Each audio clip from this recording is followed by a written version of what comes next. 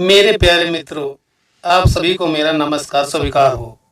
आज मैं सनातन संस्कृति से संबंधित उन विचारों को आपके सामने रखेंगे जो अपने आप में महत्वपूर्ण ही नहीं बल्कि अति महत्वपूर्ण है, जिनकी हम कल्पना भी नहीं कर सकते हैं। अगर ये वीडियो आपने पूरा देख लिया तो आपका भी सीना गर्व से फूलकर चौड़ा हो जाएगा। तो बात को अब शुरू करते हैं। पहला यह है कि वेदों को गडरियों का गीत क्यों कहा जाता है। दूसरा, क्या संसार में ऊर्जा तत्व के रूप में अग्नि ही है। तीसरा, अग्निदेव का वाहन भेड़ा ही क्यों है। चौथा, गडरियों को सनातन का मूल क्यों कहा गया। इन्हीं सब विचारणीय बातों का हम तर्क सहित शुरुआत करेंगे। हमारे प्राचीन वैदिक संस्कृत युग में सनातन का आधार केवल गडरिया आर्य थे और इन आर्य गडरियों के लिखे वेद थे, जिन्हें हम गडरियों का गीत कहकर संबोधित करते हैं। प्राचीन वैदिक युग में वेदों को गडरियों के गीत के रूप में जाना जाता था। पहले हमें यह समझना होगा कि आखिर ये वेद हैं क्या। वेद का मतलब जानने के लिए मैं आपको एक छोटी सी कहानी सुनाता हूँ, जो बृहदारण्यकोपनिषद नामक ग्रंथ से ली गई है।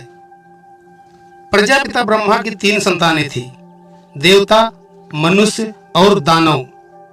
ये तीनों एक बार ब्रह्मा जी के पास कुछ उपदेश पाने की वजह से उनके पास गए।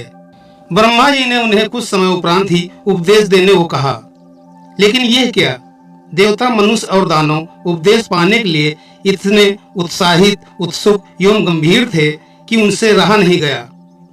तो इन तीनों में से सबसे पहले देवता पहुंचे।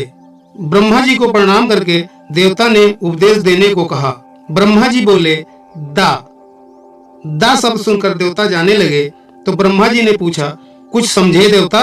देवता बोले, हाँ समझ गए हैं, दा का मतलब दमन करो। ब्रह्मा जी बोले, ठीक समझे, और आशीर्वाद दिया।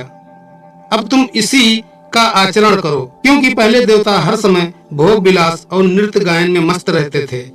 इसीलिए इन चीजों के दमन से ही उत्तम ज्ञान की प्राप्ति हो सकती है। अब की बार मनुष्य ब्रह्मा जी के पास गए और ब्रह्मा जी को प्रणाम करके उपदेश देने को कहा।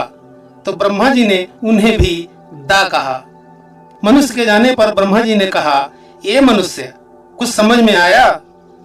तो मनुष्य ने कहा कि हमें दा से दान क्रिया समझ में आया। तो ब्रह्मा जी ने आशीर्वाद दिया और कहा कि तुम ठीक समझे, क्योंकि दान क्रिया से ही दूसरों का भला हो सकता है और पूरे संसार का कल्याण हो सकता है। इन्हीं कर्मों के द्वारा शांति और आनंद की अनुभूति होने लगती है, जिससे मनुष्य का जीवन सुखपूर्वक व्यतीत हो जाता है। अब बारी आई दानों की। वह भी ब्रह्मा जी को प्रणाम करके उपदेश देने को कहा। उनको भी ब्रह्मा जी ने दा ही कहा।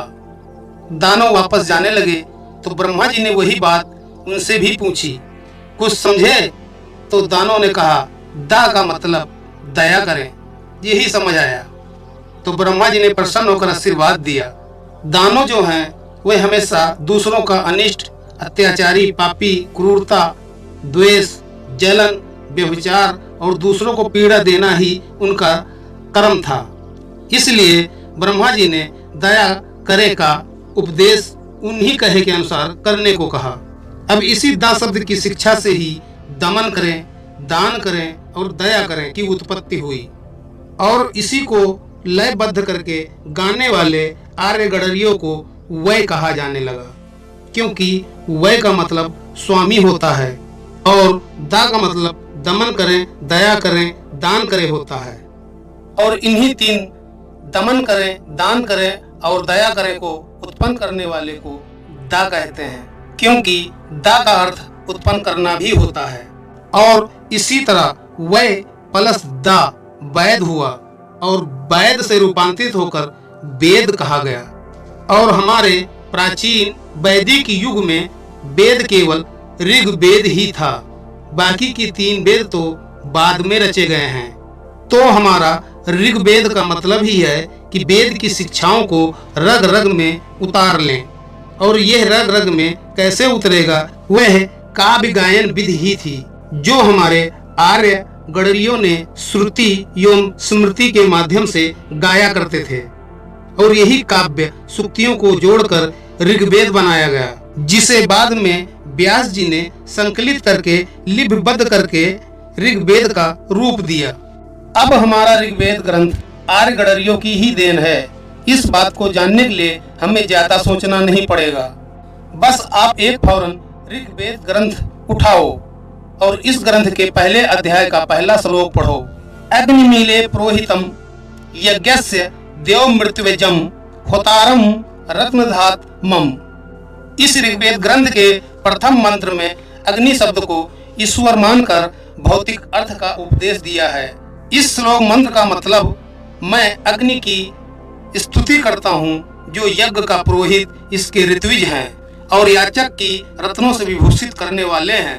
अब सोचने वाली बात यह है कि ऋग्वेद में सर्वप्रथम अग्नि की ही क्यों प्रार्थना की गई है।